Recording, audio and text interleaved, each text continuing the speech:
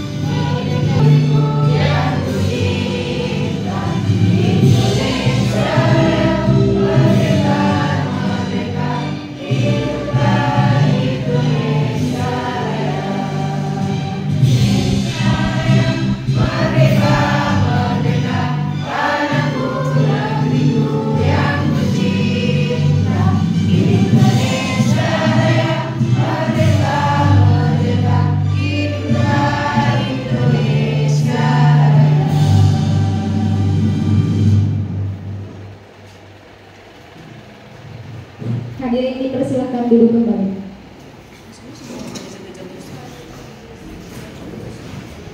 Acara selanjutnya sambutan dari Bapak Kepala Sekolah yang diwakilkan oleh Bidang Kurikulum kepada Ibu Eliani SPD, dipersilakan.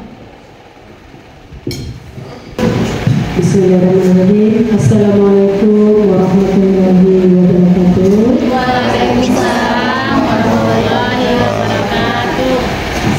Selamat pagi untuk kita semuanya. Baik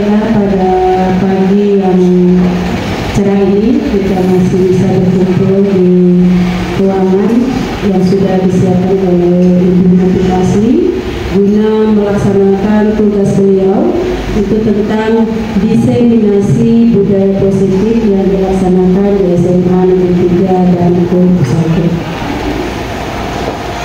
Sebelumnya Ibu Novi mohon izin Bapak Kepala Sekolah tidak bisa menghadiri kegiatan yang Ibu buat karena ada dinas luar, maka saya yang mewakili beliau di dalam kegiatan yang Ibu laksanakan. Saya berharap melalui kegiatan yang dibuat oleh Ibu Novita Asmisoli, marilah kita manfaatkan waktu yang ada. Kita harus mencari ilmu sebanyak-banyaknya, menggali ilmu sebanyak-banyaknya yang nantinya materinya akan disampaikan oleh Ibu Novita Asmi. Dan sekolah juga Ibu Novi, sekolah akan selalu mendukung dan memfasilitasi kegiatan yang akan dilaksanakan oleh Ibu Novita Asmi sebagai CGP Angkatan 10 di SMA Negeri 3 Bangko Pusaka. Dan saya juga mengharap kepada Bapak Ibu yang hadir pada hari ini untuk dapat bekerja sama dan bisa saling kolaborasi di dalam kegiatan nantinya yang akan disampaikan oleh teman kita Ibu Novita Asmi. Semoga nantinya acara atau kegiatan ini dapat memberikan manfaat untuk kita dan menjadi ladang amal bagi kita semua. Amin, amin ya rabbal alamin. Itu saja mungkin kata sambutan dari saya akhiri. Assalamualaikum warahmatullahi wabarakatuh.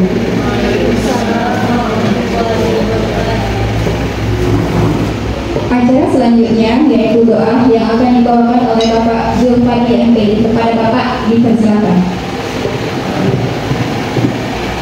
Bismillahirrahmanirrahim. Assalamualaikum warahmatullahi wabarakatuh. Sesudah ini mari kita berdoa. Berdoa dan ditutup secara muslim. Bismillahirrahmanirrahim. Alhamdulillahirabbil alamin wassalatu wassalamu ala asrafil anbiya'i wal mursalin wa ala alihi wa sahbihi ajma'in. Allahumma rabbana zalamna anfusana wa lam taghfir lana wa tarhamna lanakunanna minal khasirin. Allahumma innaka afuwwun karim tuhibbul afwa fa'fu 'anna 'amma yaqulu amin. Rabbana taqabbal minna innaka antas samiul 'alim wa tub 'alaina innaka antat tawwabur rahim. Allahumma al-haqqa qabatil wa al-bid'ah wa al-batil wa al-hikmah wa hadina ya Allah siratan mustaqimah. Hadina ya Allah siratan mustaqimah wa hadina ya Allah siratan mustaqimah.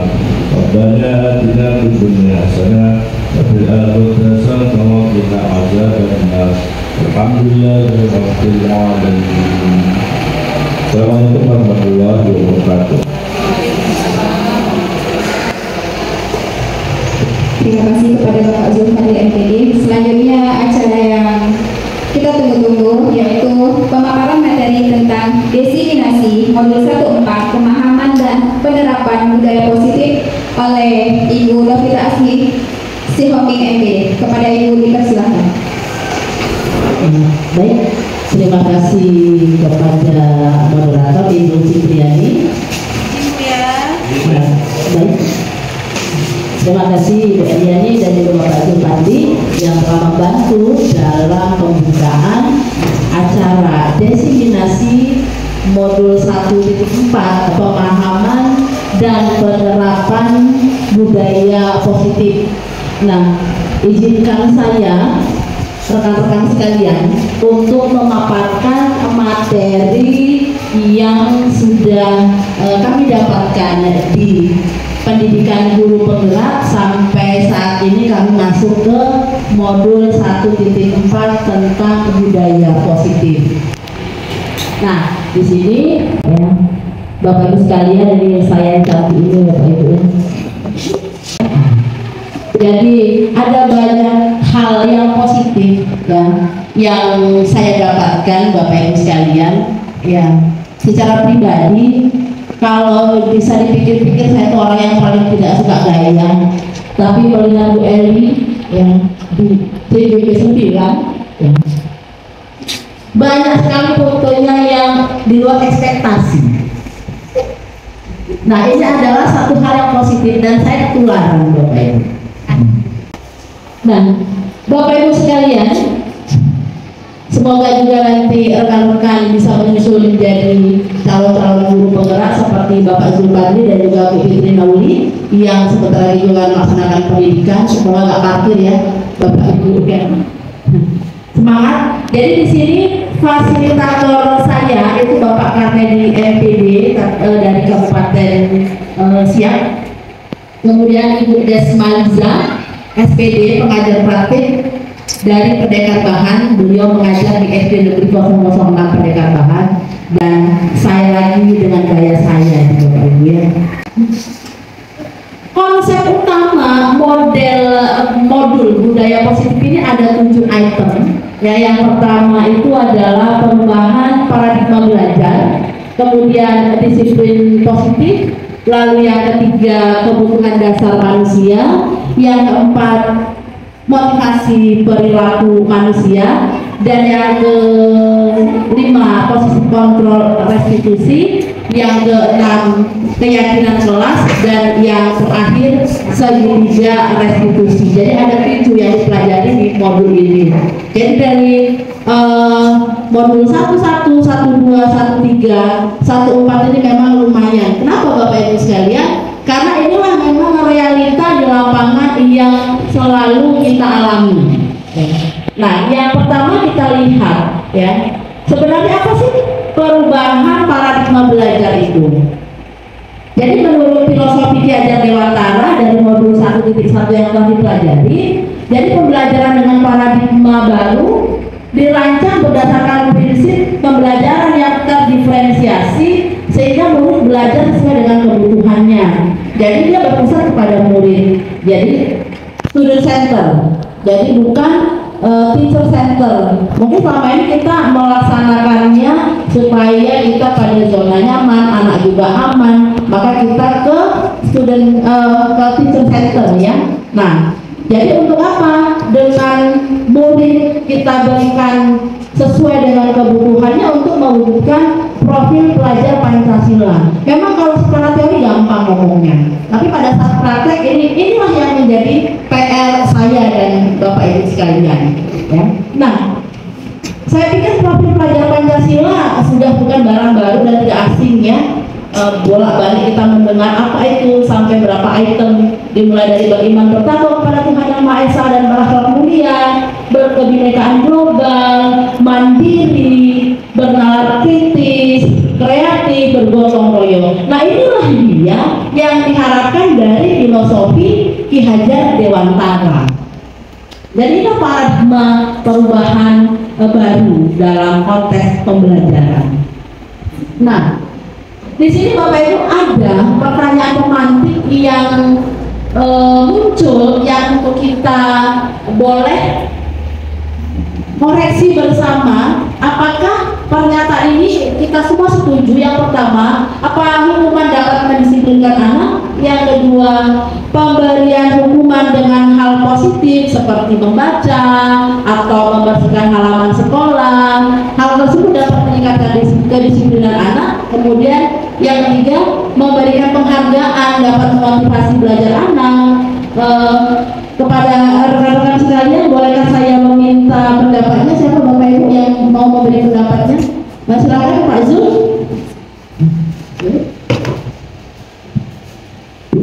Baik, assalamualaikum warahmatullahi wabarakatuh. Dari pertanyaan ini kita bisa mengambil sharing sebenarnya. Hukuman dapat mendisiplinkan siswa. Ternyata setelah kita baca beberapa referensi, ternyata hukuman tidak bisa mendisiplinkan, tetapi memunculkan sifat kekebalan. Kenapa? Karena pasti ibu itu kalau kita lapar pasti seperti ini. Sehingga anak itu bukan semakin disiplin, dia akan semakin memuncak tingkat kenakalannya. Itu untuk jawaban yang nomor 1.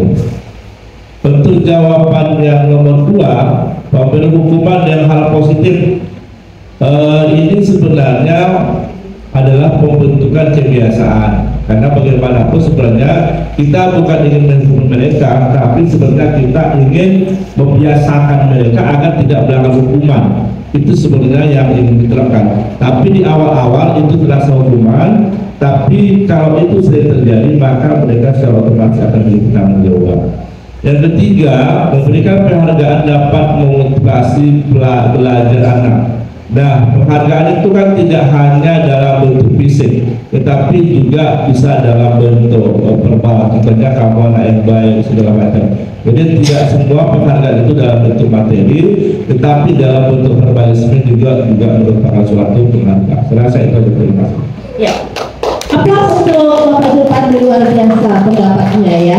Nah, mungkin rekan-rekan yang lain bisa memberikan pendapatnya. Ya, silakan Ibu Saudara Pak Ridwan, tolong mic-nya. Baik, saya mau memberikan pendapat dulu tentang apakah Bapak Ibu setuju dengan pernyataan mengenai hukumannya. Yang pertama, hukuman dapat mendisiplinkan anak. Ini agak berseberangan saya dengan Pak Julpandi. Saya setuju ya bahwa hukuman dapat mendisiplinkan anak. Cuma dalam bentuk hukuman seperti apa yang diberikan kepada anak? Apakah dihukuman secara fisik? Apakah dihukuman dalam bentuk yang lain? Jadi hukuman ini yang perlu dipertimbangkan. Kalau memang fisik, memang itu akan menimbulkan kekebalan kepada anak tersebut. Karena terlalu sering dihukum, mereka tidak lagi merasa kesakitan atau merasa ini ya kalau dihukum secara fisik. Coba kita buat secara secara pendekatan secara psikologi, memberikan pengarahan dan banyak hal yang bisa membuka wawasan mereka. Apa risiko yang akan mereka rasakan ketika mereka tidak disiplin seperti itu ya. Yang kedua, pemberian hukuman dengan hal proses seperti membaca atau membersihkan halaman sekolah, dan ini saya setuju karena ini menjadi pembiasaan bagi anak. Dan juga dia tahu apa yang harus dikerjakan gitu, hal-hal apa yang perlu dikerjakan di sekolah, dan juga masalah bagaimana menjaga kebersihan dan lain sebagainya. Yang ketiga itu mengenai penghargaan. Penghargaan memang merupakan hal positif ya yang bisa menambah semangat anak di dalam mengikuti pembelajaran. Ini saya sangat setuju sekali. Sekian dan terima kasih. Ya, kembali untuk memberikan kepada Ibu Saudara Pak Ridwan akan memberikan argumennya, pendapatnya. Terima kasih Bapak Ibu untuk pendapat Bapak Ibu sekalian. Nah, memang dari ketiga item pernyataan ini kita memiliki satu kesimpulan ya bahwasanya ada yang setuju dan ada yang tidak. Nah, memang berdasarkan teori yang saya pelajari di guru penggerak ini, Bapak Ibu sekalian, jika hukuman-hukuman ini memang dia kurang efektif sebenarnya. Jadi memang saya juga sependapat dengan apa yang Bapak Ibu sampaikan. Memang pada saat kita melaksanakan di lapangan dengan teori yang ada cukup berseberangan. Kenapa? Karena hukuman ini dia sesuatu yang menjadi dampak yang kurang baik kalau menurut teorinya. Nanti akan kita lihat Bapak Ibu sekalian. Nah, kita lihat yang berikutnya pada perubahan paradigma. Ya, di sini saya meminta kepada Bapak Ibu sekalian untuk mengerjakan ini. Bapak Ibu, saya akan membagikan kertas ya. Boleh ditolong Bu Fitri dibagikan kertasnya ya. Nah, jadi kertas-kertas ini Bapak Ibu sekalian tolong disobek ya, atau di kertas kecil, kemudian Bapak Ibu sekalian tulis benda atau sesuatu yang sangat berharga untuk Bapak Ibu tersebut ya. Setelah Bapak Ibu tuliskan sesuatu, apakah apa yang berharga menurut Bapak Ibu dalam kehidupan Ibu. Kemudian kertas tersebut Bapak Ibu remas menjadi sebuah kepalan ya. Lalu nanti teman yang satu lagi akan mencoba untuk meminta ya bagaimana konteks yang akan Bapak Ibu lakukan. Apakah nanti teman Ibu itu bisa membuka kepalan kertas itu dan mengambil kertas yang sudah Ibu tulis tuliskan tadi. Ayo silakan Bapak Ibu sekalian. Apa saja yang menurut Ibu sangat berharga, tuliskan. Ya, kongsi pikirannya. Setelah ditulis diremas ya, digenggam. Ya kemudian ya. Semangat saja temannya manapun tidak harus semangat sebangku ya Bapak Ibu ya. Banyak-banyak boleh kemudian buat dalam.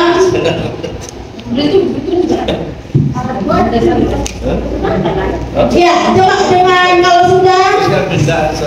Ya, mulai itu Martini sudah coba minta Bu. Iya, coba minta punya Bu Martini. Iya. Nah, boleh membujuk, boleh mengancam, boleh menghardik. Masa Bapak itu Iya. kita benda atas sesuatu pada untuk Anda dan Coba ayo yang lainnya Bapak Ibu, silakan. Silakan dicoba Bapak Ibu. Apa yang akan terjadi? Apakah teman Ibu akan memberikan sesuatu yang berharga tersebut? Pak Karim. Ini di gulung-gulung. Iya di rumah di depan satu saja. Iya. Benda itu manusia. Apakah teman Ibu mau memberikannya? Teman Bapak Ibu mau memberikan apa yang menjadi sesuatu yang berharga itu? Kira nggak boleh manusia. Atau saya Pak Zul mau suara disuap biar dikasih Pak. Rata Pak Ibu.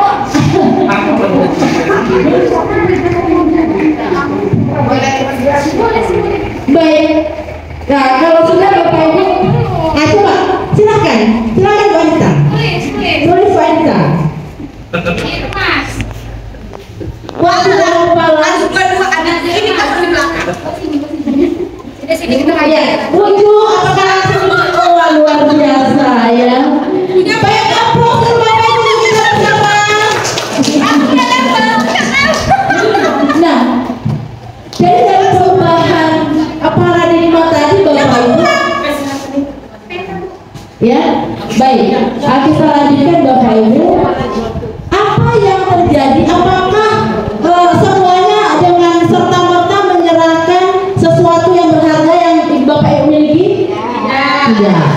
Nah, itulah konsep dan prinsip dari sebuah jiwa seorang siswa ataupun seorang murid. Ya. Dan bagaimana kita bisa menyelami hal-hal tersebut ya Bapak Ibu sekalian. Nah, kemudian dari situ akan muncul bagaimana perubahan paradigma teori kontrol atau ilusi kontrol. Jadi ada dua. Yang pertama ini di stimulus atau laksananya adalah realita atau kebutuhan kita sama. Ya, semua orang memiliki hal yang sama dari stimulusnya. Kita mencoba mengubah orang agar berpandangan sama dengan kita. Jadi di sini muncul egoisme kita. Perilaku buruk dilihat sebagai suatu kesalahan. Jadi kalau sesuatu yang buruk itu kan salah terus. Nah kemudian orang lain bisa mengontrol saya. Yang tadi pemaksaan ada pada saat bujukan terjadi. Lalu bagaimana sebenarnya dalam teori kontrol? Nah realitas kebutuhan kita itu berbeda. Saya dan kamu adalah pribadi yang tidak sama. Kemudian setiap orang memiliki gambaran yang berbeda. Ya, kita berusaha memahami. Kemudian pandangan orang lain tentang dunia. Kemudian semua perilaku memiliki tujuan atau alasan. Jadi hanya saya yang dapat mengontrol diri saya.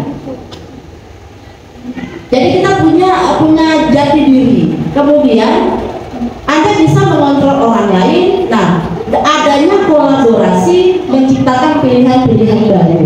Dan jadi ini dia teori-teori kontrol dan ilusi kontrol di sini yang mungkin bisa nanti semakin kita memahami bagaimana dalam mengelola murid, walaupun nantinya di teori tidak akan segampang membalik telapak tangan ya Mbak Nutritis ya. Oke, baik. Yang berikutnya, nah apa itu budaya positif? Kan bisa disebut gitu ya. Nah, jadi kita lihat budaya positif adalah nilai-nilai, keyakinan-keyakinan dan kebiasaan-kebiasaan di sekolah yang berpihak pada murid. Kita, Bapak Ibu, berdasarkan filosofi Ki Hajar Dewantara harus menghamba kepada murid. Nah, apa pula arti menghamba? Jadi dalam konteks ini adalah segala sesuatu berpihak pada murid karena murid sesuai dengan kodrat alam. Ya. Kemudian dengan demikian nantinya dapat berkembang menjadi pribadi yang kritis, penuh hormat dan bertanggung jawab. Nah, inilah yang menjadi PR kita bersama Bapak Ibu sekalian, walaupun sebenarnya realisasi di lapangan itu tidak gampang. Ya. Pada saat saya membaca teori ini, saya geleng-geleng kepala Bapak Ibu. Ternyata apa selama ini kita terapkan di sekolah itu memang sedikit berbanding terbalik dengan teori Ki Hajar Dewantara. Dan apa yang disampaikan Ki Hajar Dewantara itu memang betul, hanya memang ya butuh kesabaran dan keyakinan yang ekstra untuk kita bisa mulai merestorasi diri dalam konteks kegiatan pembelajaran untuk penerapan budaya positif pada diri kita sendiri dan juga pada lingkungan sekolah. Nah, disiplin positif merupakan satu cara penerapan disiplin. Nah, di sini Bapak Ibu dikatakan bahwa tanpa kekerasan dan ancaman yang dalam praktiknya melibatkan perilaku komunikasi efektif antara guru dan murid. Ya. Jadi dapat menghormati diri sendiri, bertanggung jawab terhadap lingkungan dan pribadinya masing-masing. Jadi di awal tadi pada saat saya bertanya apakah kita setuju, itu sebenarnya kurang efektif berdasarkan teori yang sudah saya peroleh Bapak Ibu. Jadi disiplin positif merupakan satu cara penerapan budaya positif. Tujuannya apa? Menumbuhkan kesadaran serta memberdayakan murid untuk melakukan sesuatu tanpa kita sogok, tanpa kita ancam, tanpa kita hukum, bahkan tanpa kita beri reward. Nah, inilah yang disebut dengan disiplin positif, Bapak Ibu. Nah, kita masuk kepada item yang ketiga, yaitu ada 5 kebutuhan dasar manusia, yaitu yang mana menjadi pertama kesenangan, kemudian kebebasan, cinta dan kasih sayang, dan penguasaan. Maka berdiferensiasi Bapak Ibu. Kalau gaya belajar anak kita ada 32 gaya, ya kita bisa menjadi 32 gaya sebenarnya. Jadi gaya belajar itu kan ada yang kinestetik, ya. Apalagi Pak Zul? Visual.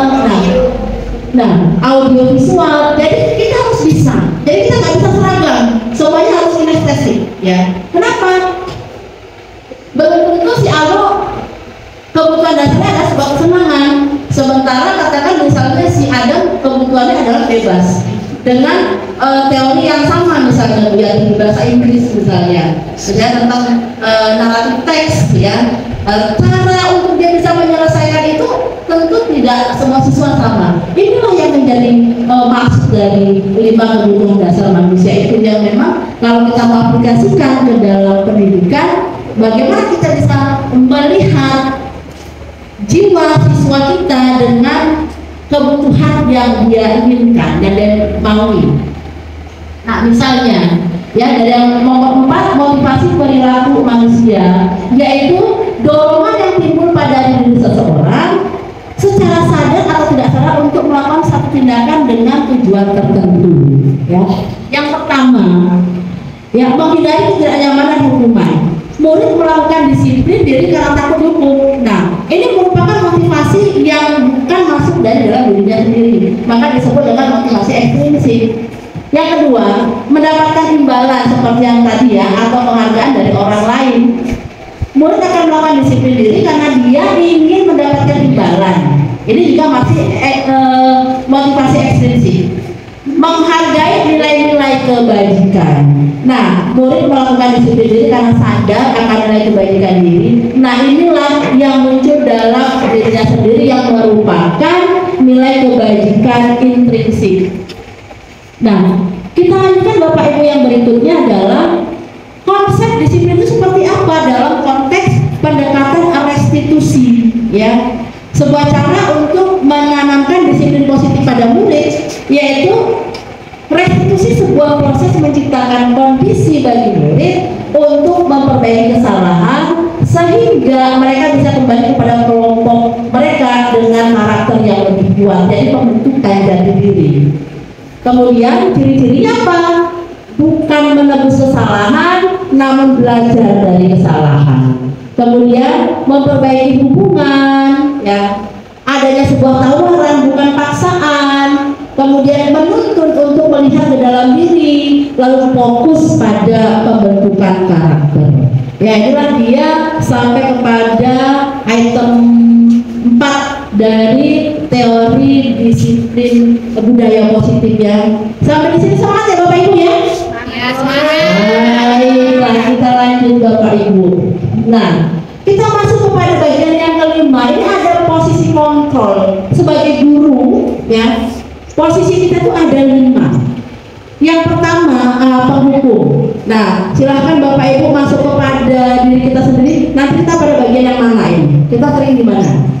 Yang pertama sebagai penghukum, yang kedua pembuat merasa bersalah, yang ketiga kita sebagai teman, yang keempat kita sebagai pemantau, dan yang terakhir kita sebagai manajer.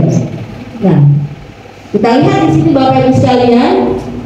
Nah, contoh penerapan 5 posisi kontrol.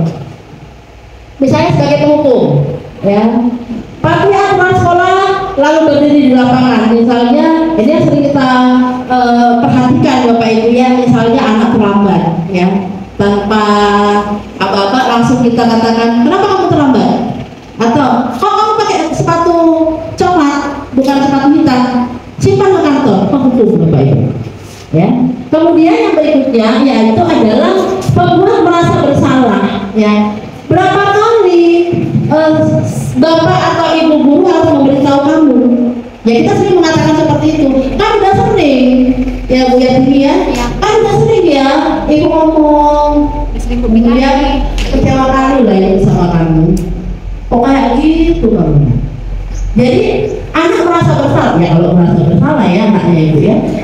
Yang berikutnya adalah kita sebagai teman, apa yang sering kita katakan? Ayolah yang melakukan diskusi bersama dengan siswa, ya, sebuah keyakinan kelas, ya. Nah, mengapa keyakinan kelas? Mengapa tidak peraturan kelas saja? Kita negara kita saja pun memiliki aturan ya, seperti mengapa kita memiliki peraturan tentang penggunaan helm? Ada dasar-dasar hukumnya. Kemudian mengapa kita memiliki peraturan tentang penggunaan masker dan mencuci tangan setiap saat? Kalau kita runut dari 2 item pertanyaan ini, apakah kedua-duanya ada dasar hukum yang tertulis? Boleh bantu jawab saya Bapak Ibu sekalian?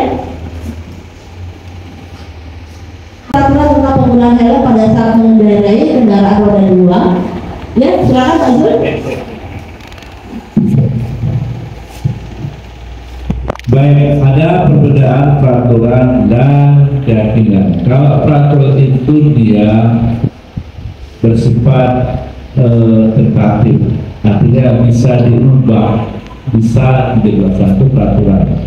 Nah, tapi kalau keyakinan, semua orang meyakini bahwa kalau itu tidak dilakukan pasti ada dampak akibatnya. Contoh, kalau kita tidak menggunakan helm kan tidak ada polisi. Kenapa? Bisa saja kita terjatuh di jalan mengenai kepala kita, tak walaupun ya tidak ditangkap polisi.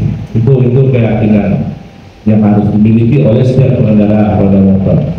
Nah, mengapa kita memiliki peraturan tentang penggunaan masker dan mencuci tangan? Karena kita meyakini bahwa itu bisa mencegah.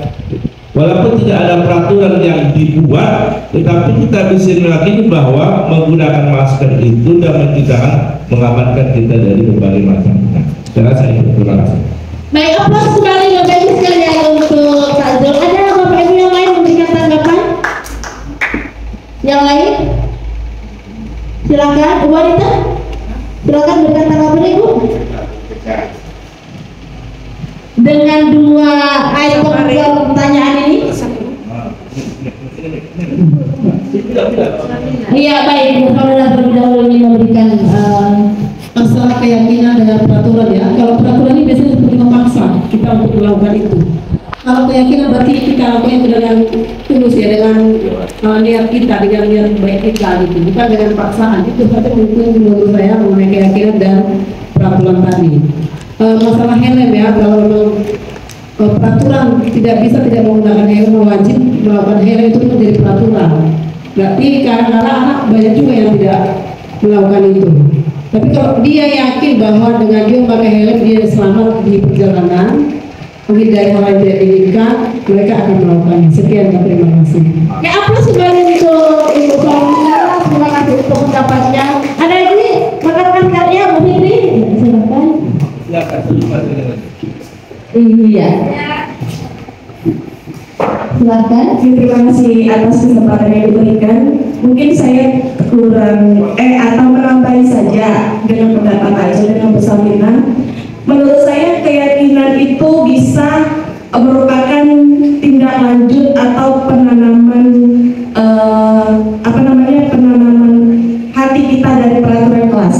Karena keyakinan jika ada peraturan kelas, kita bisa tanamkan keyakinan bahwa misalnya ada peraturan tentang penggunaan helm. Jadi kita memberikan keyakinan kepada siswa bahwa berdasarkan peraturan ini, kita harus meyakinkan bahwa ketika kita menggunakan helm, kita bisa selamat berkendara, misalnya seperti itu. Kemudian juga ketika mencuci tangan dan penggunaan masker juga seperti itu. Berawal dari peraturan, kita menanamkan keyakinannya. Terima kasih. Ya, aplaus kembali kepada kita bersama. Terima kasih Bu Fitri Nauli. Ya, silakan Ibu Yatimi, mic-nya berikan pendapatnya. Oke, terima kasih atas waktunya. Kalau saya memberikan pendapat, keyakinan itu sebuah kepercayaan. Sementara peraturan itu barang yang memang harus dikerjakan. Contoh, keyakinan ketika dia memakai helm, kepercayaan dia terhadap dirinya. Kalau dia pakai helm, berarti saya akan selamat apabila terjadi sesuatu. Sementara peraturan itu dia memang sudah ada, sudah disusun oleh pemerintah, misalnya kepolisian, seperti itu. Kalau seandainya anak ini pakai helm, ada razia, mereka bebas. Tapi kalau tidak ada anak pakai helm, kemungkinan besar mereka akan ditilang.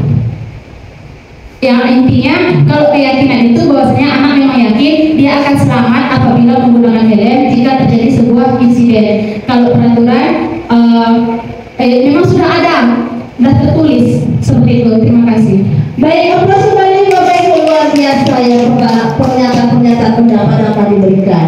Baiklah Bapak Ibu sekalian, jadi dapat kita sebuah kesimpulan bahwasanya keyakinan itu adalah sebuah sadar diri ya. Jadi memang tanpa harus dipaksa, tanpa harus dibujuk, bahwasanya dia sadar, oh ini memang penting untuk saya. Jadi baiklah Bapak Ibu sekalian, nah untuk itu kita buat keyakinan kelas kita Bapak Ibu. Nanti di sini saya akan membagikan sticky note ya, kertas ini Bapak Ibu. Saya akan bagikan kepada kita bersama. Saya mohon kepada kita bersama untuk menuliskan ya apa-apa yang menjadi keyakinan kelas kita. Saya Bapak Ibu sekalian ya. Baik. Berapa banyak keyakinan kelas Ibu? Satu orang satu. Satu orang satu. Ya satu boleh dua ya.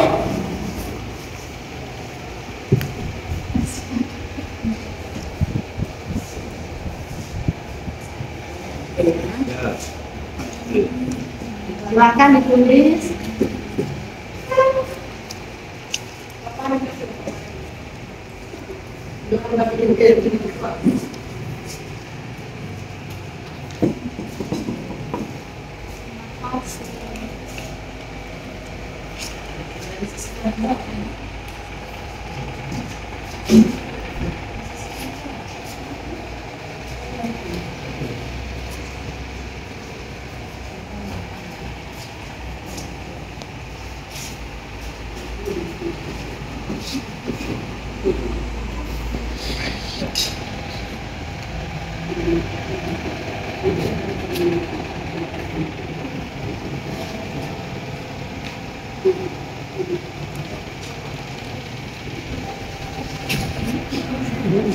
Ya, kalau sudah Bapak Ibu silahkan ditempel di karton yang sudah ada di depan ya Bapak Ibu sekalian ya.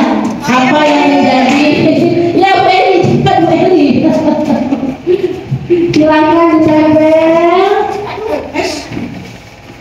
Apa boleh? Iya, pinjam tempelnya. Bisa. Iya, silakan di. Cepat, sampai dulu kan. Ya, banyak tempel.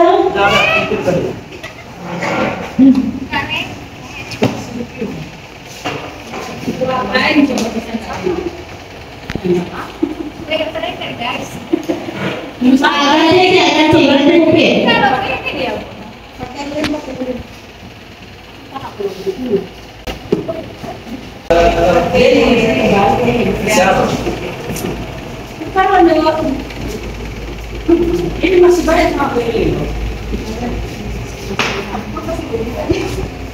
Iya, terima kasih kita sudah membuat keyakinan kelas kita di sini. Saya akan bacakan apa-apa saja. Nanti kita akan urutkan ya Bapak Ibu sekalian. Ya, yang pertama tidak boleh berbicara saat guru menjelaskan. Baik, kemudian yang berikutnya adalah tetap menjaga kebersihan. Lalu belajar mandiri. Ya. Acungkan tangan ketika ingin bertanya. Kemudian datang tepat waktu, pulang tepat waktu. Kemudian rajin belajar, ya. Jadi di sini kemudian harus sarapan sebelum berangkat ke sekolah. Jadi terangkan dulu ya. Kemudian juga sama menjaga kebersihan. Hadir tepat waktu, tidak boleh membuang sampah sembarangan, lalu menjaga keharmonisan kelas, dengarkan penjelasan guru. Jadi keseluruhannya ini merupakan keyakinan kelas yang kita sepakati bersama. Atau ada yang mau kita buang? Pas. Inilah yang nantinya akan dijalankan pada saat pembelajaran di dalam kelas. Baik ya? Nah, baik Bapak Ibu sekalian, dari sekian banyak pemaparan yang telah saya jabarkan, apakah ada sesuatu yang menjadi pertanyaan ataupun tanggapan dari Bapak Ibu sekalian? Silakan. Ya, Bu Anita terlebih dahulu ya. Silakan Bu Yati, tolong kasih linknya ya. Assalamualaikum warahmatullahi wabarakatuh. Selamat pagi buat Bapak dan Ibu guru yang hadir pada pagi hari ini. Di sini kita pelatihan tentang budaya positif di sekolah. Yang dimana budaya positif ini pasti semua sekolah menginginkan ya Ibu Novi bermateri. Terkadang kendala yang kita hadapi adalah jika kita ingin melaksanakan budaya positif ini, begitu banyak kendalanya yang saya rasakan, yaitu tidak sesuai dengan diri saya di sekolah maupun di luar. Terkadang kita harus menjadi diri orang lain, Bu. Itu kendalanya kan, yang dimana kita itu contohnya ya, kamu masuk musola itu tidak akan anak itu masuk musola. Kita harus jadi singa di sekolahnya dengan nada yang tinggi ya Bu ya. Sebetulnya itu tidak mencerminkan budaya positif, Bu Novi ya. Tidak sesuai dengan karakter kita. Kita harus dipaksa untuk menjadi orang lain. Kemudian teori dan konsep-konsep Ibu menurut saya bagus. Pertanyaan saya, bagaimana budaya positif ini kita di sekolah, baik Bapak dan Ibu, memprakteknya sesuai dengan teori, sehingga kita tidak harus menjadi orang lain, Bu, dan terlaksana dengan baik. Contohnya kedisiplinan siswa, kelengkapan atribut siswa dan sebagainya. Itu aja Bu, terima kasih. Wassalamualaikum warahmatullahi wabarakatuh.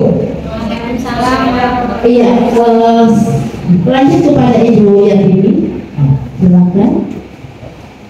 Terima kasih atas waktunya. Yang ingin saya tanyakan, Kalau saya tidak salah mendengar tadi Bu, bahwasanya siswa dilarang memberikan reward, pujian, dan sebagainya. Gini Bu, kebetulan ini pernah saya lakukan di dalam kelas. Ketika anak itu misalnya mengacungkan tangan untuk bertanya ataupun menjawab pertanyaan dari teman, kemudian saya memberikan sebuah reward, itu coklat. Yang menurut saya ketika saya memberikan reward itu akan menumbuhkan semangat siswa untuk lebih semangat lagi belajar. Sementara secara teori itu tidak boleh kita lakukan. Kemudian ketika mereka berbicara, apalagi berbicara dalam bahasa Inggris, saya juga sering memberikan reward. Oke, good. I hope you always like this. Saya harap kamu selalu seperti itu. Sering saya melakukan seperti itu Bu. Ternyata secara teori itu juga dilarang. Jadi bagaimana cara pendekatan yang bagusnya, yang sesungguhnya ketika anak memberikan sesuatu yang lebih, tapi tidak kita kasih reward, tapi tidak kita kasih apa-apa. Seperti itu Bu. Terima kasih. Ya, baik. Terima kasih yang untuk apa sebelum kembali sebentar organisasi anak itu. Ini luar biasa ya. Baik, saya akan mencoba memberikan tanggapan ataupun masukan yang boleh saya sampaikan kepada kita bersama. Tadi yang disampaikan oleh Bu Anita supaya kita jangan menjadi orang lain. Nah, memang kalau dipikir-pikir itu bukan hal yang gampang. Ya, tapi kalau kita bisa berdaya upaya bersama, tentu nantinya ini akan bisa kita kerjakan dan kita laksanakan bersama. Memang untuk menjawab apa yang menjadi pertanyaan yang kita lulus tadi,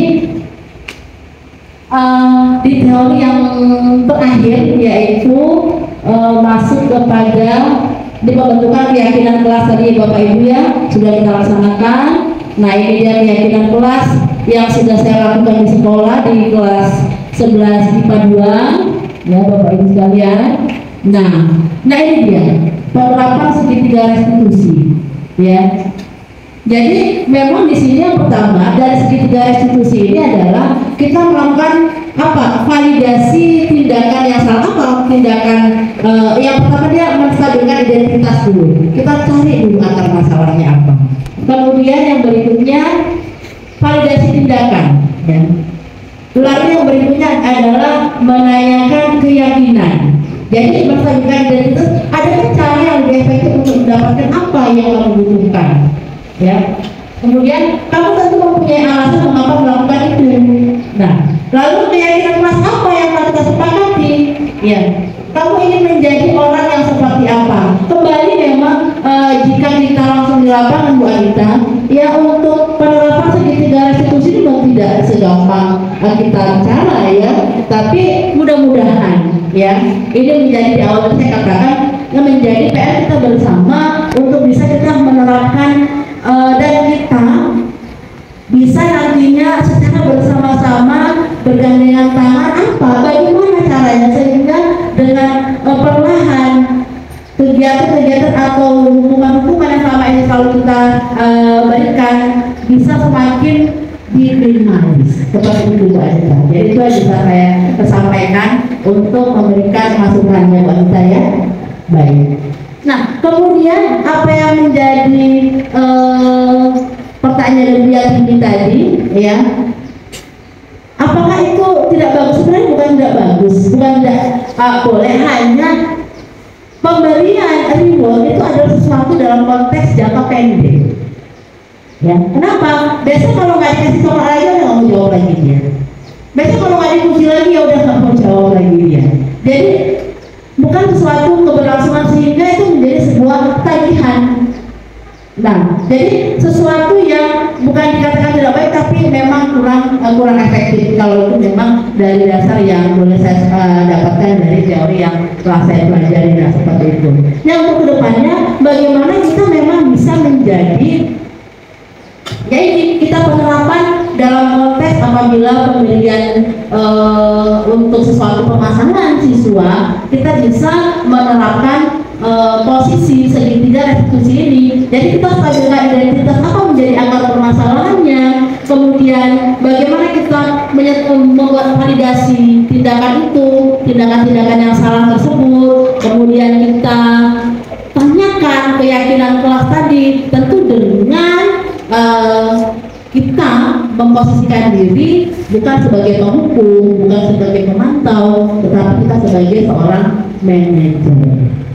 Nah, bagaimana kita Bapak Ibu sekalian, seluruh guru-guru ini bisa menjadi seorang manajer. Jadi manajer itu sudah merupakan bagian yang paling tinggi ataupun yang paling kuat lah untuk bisa kita laksanakan. Ya, mudah-mudahan dengan kita bersinergi Bapak Ibu sekalian, apa yang menjadi PR kita bersama untuk kemajuan sekolah sehingga penerapan budaya positif ini tidak hanya dalam secara teoretis saja sangat mudah, tapi juga prakteknya nantinya bisa mudah kita kerjakan. Nah, ada ini penerapan video segitiga restitusi. Ya, saya ambil kasus anak yang mencontek Bapak Ibu. Ya, jadi yang mencontek itu marah, gebrak meja, ya, sehingga saya menanyakan kepadanya sehingga dia menyadari akan perbuatannya yang salah tersebut. Baik, kita sampai kepada ujung desiminasi ini Bapak Ibu, bahwa dalam penerapan program disiplin positif hendaknya guru memiliki standar kepribadian profesional dan sosial yang baik. Guru mampu berefleksi pada posisi kontrol yang saat ini, bagaimana perjalanan dirinya sebagai seorang among, ya, dalam hal ini posisi sebagai seorang manajer, kemudian yang nantinya menuntun murid-murid menjadi insan yang mandiri, kemudian merdeka dan bertanggung jawab bisa menjadi dirinya sendiri.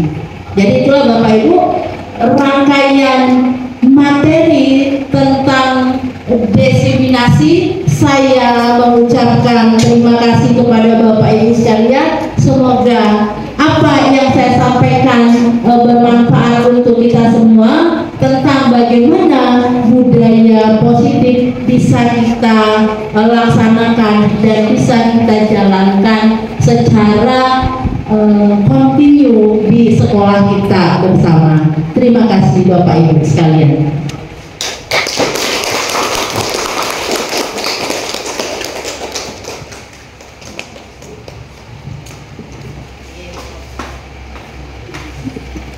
Ya. Oke, terima kasih kepada Ibu Novita Asbis Holding MPD yang telah memaparkan materi yang luar biasa. Semoga bisa kita terapkan dalam pembelajaran kita di kelas masing-masing dan di sekolah kita. Amin amin ya robbal alamin. Sebelum saya akhiri, mari kita beri aplaus dulu kepada Ibu Novita Asbis.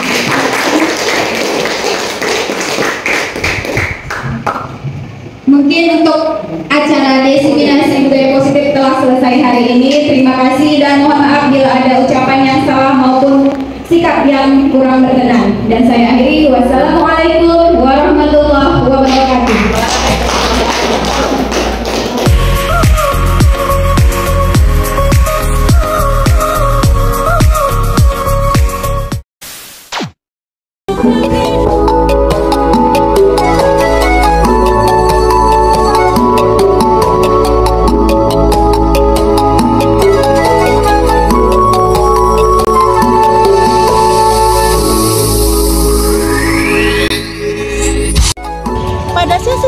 Ini saya akan menampilkan bagaimana proses pembuatan keyakinan kelas di kelas yang telah saya bina. Selamat menyaksikan.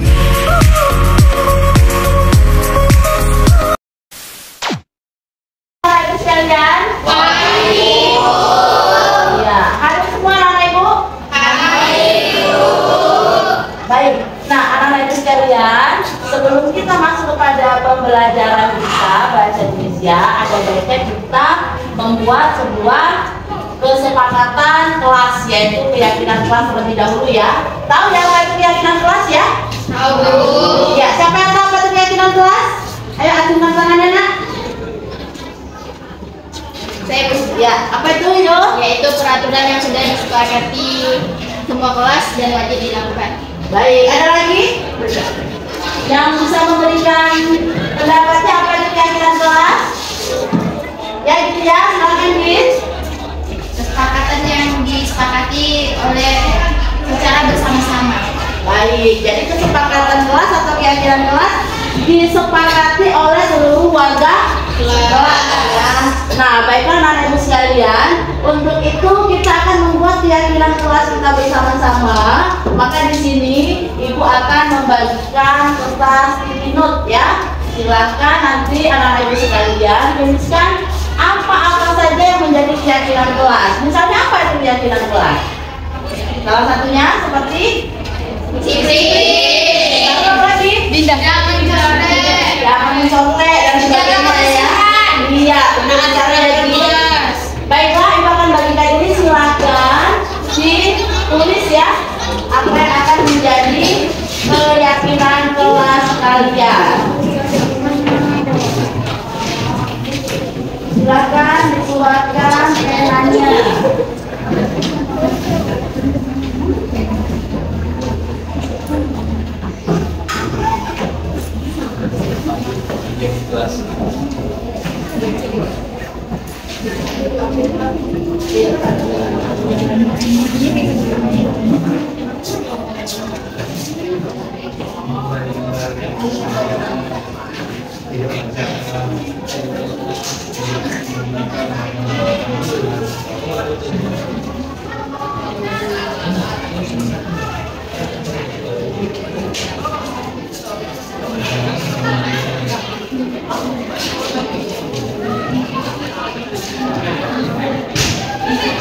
Ayo nak, silahkan dituliskan apa yang menjadi keyakinan kelas yang anak-anak ibu sekalian inginkan ya. Apakah itu disiplin, datang tepat waktu, atau boleh makan saat jam pelajaran ya. Kan perlu disepakati ya kan Bis ya.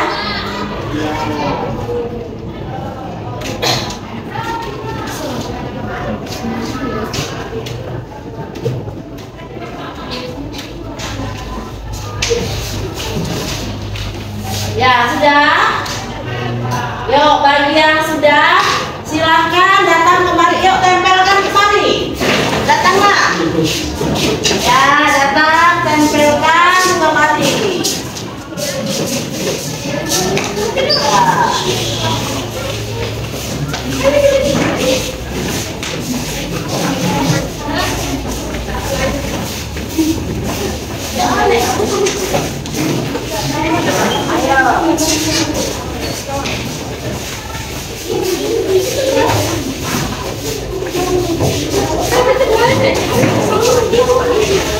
Ya, tempelkan yang sudah.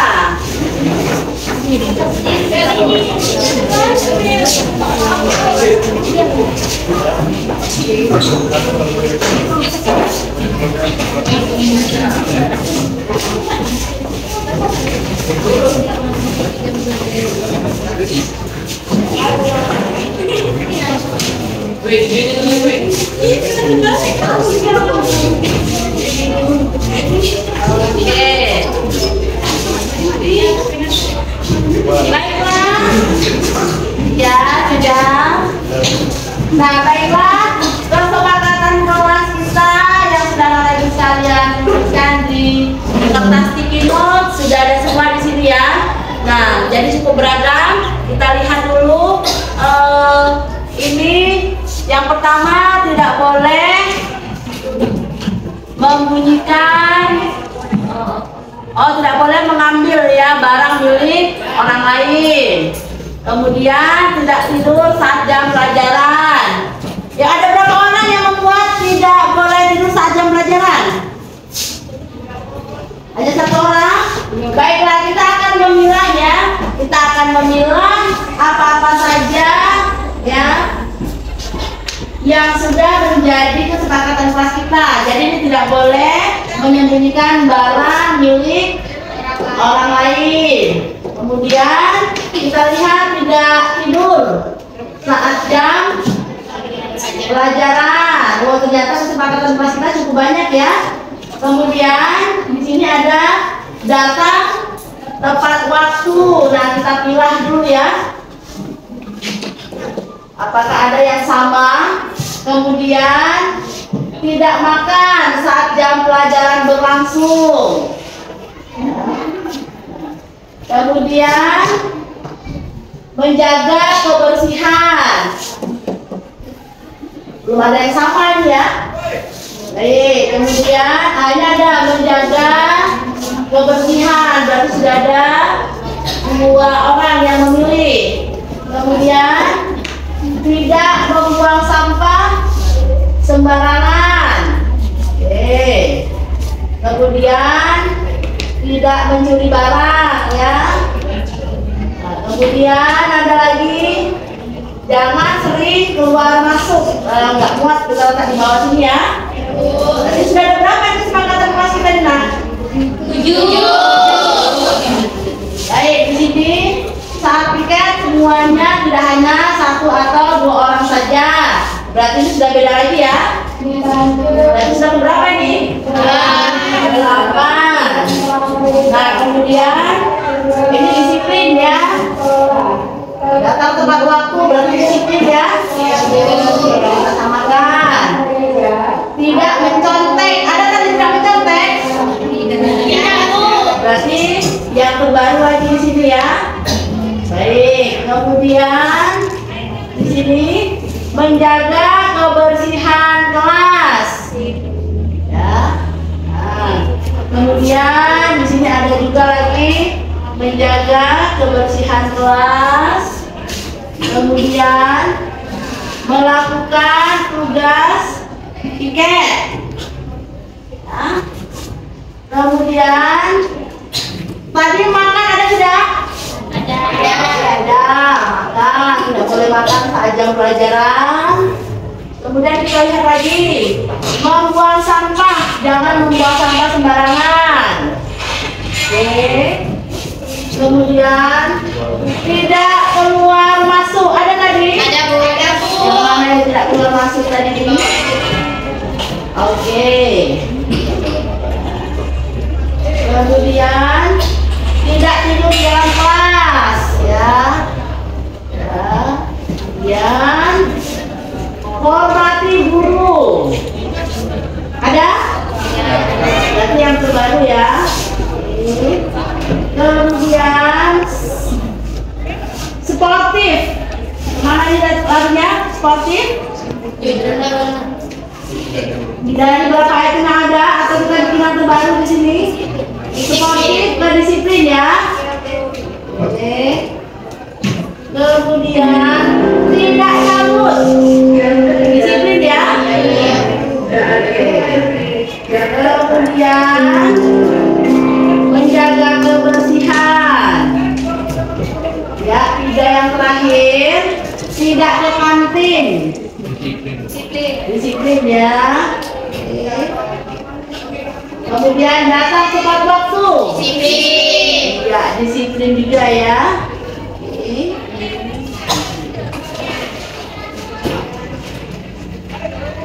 Di bawah lagi di sini.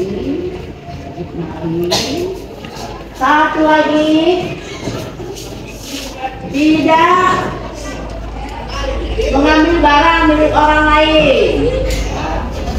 Walaupun bisa terbalik ya. Ya apa-apa. Baik anak-anak sekalian, kita bisa lihat ada berapa keyakinan kelas yang sudah kita buat bersama. 9. Dari 9 ini, apakah ke-9-nya akan kita laksanakan dalam kelas kita? Ya, Bu. Oke, baiklah. Kalau begitu sudah ada 9 kesepakatan kelas yang sudah kita sepakati bersama. Nah, untuk itu anak-anak sekalian, mari anak-anak sekalian juga menandatangani kesepakatan atau keyakinan kelas ini ya. Jadi supaya tidak banyak-banyak, supaya berkumpul dia, maka ibu minta ya 2 orang datang bawa penanya, silahkan tanda tangani di sini nak, di tempat yang kosong. Ayo dimulai dari Aldo, bukan Sonang. Terus ya, berurut ya. Tanda tangannya nggak usah besar-besar kali ya, supaya muat karena kesepakatan kelas dan keyakinan kelas kita ini cukup banyak. Silakan. Silakan pilih tempat ya, iya di bawah ya, di situ.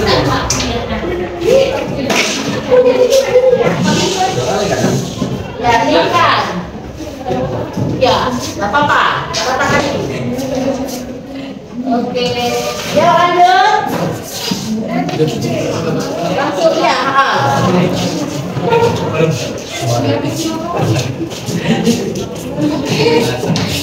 Beri ruang yang kosong ya, tanda tangan ya. Iya. Ya lanjut ya, lanjut nah. Ikut langsung gitu ya dengan Aisyah. Ayo tanda tangan Git. Silahkan.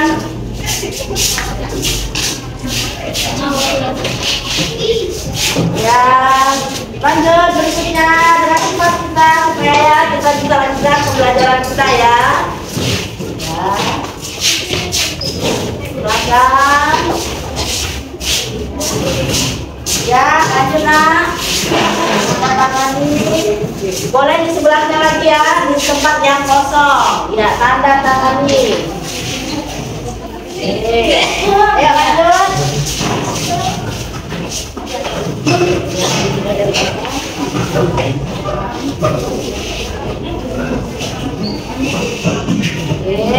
Ayo lanjut.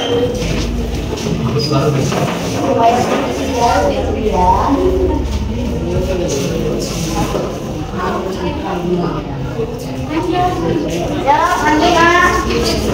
Tanda tangani.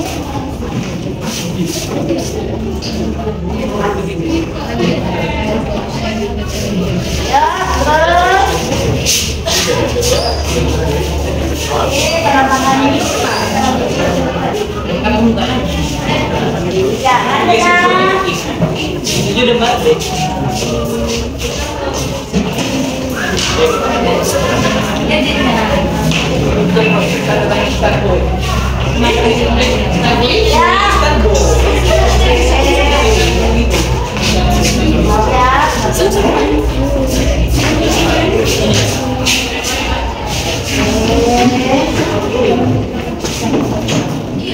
ayo nak, tanda tangani.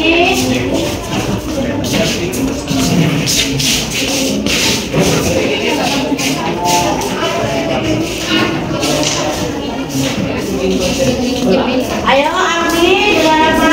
Tanda tangani nak. Iya.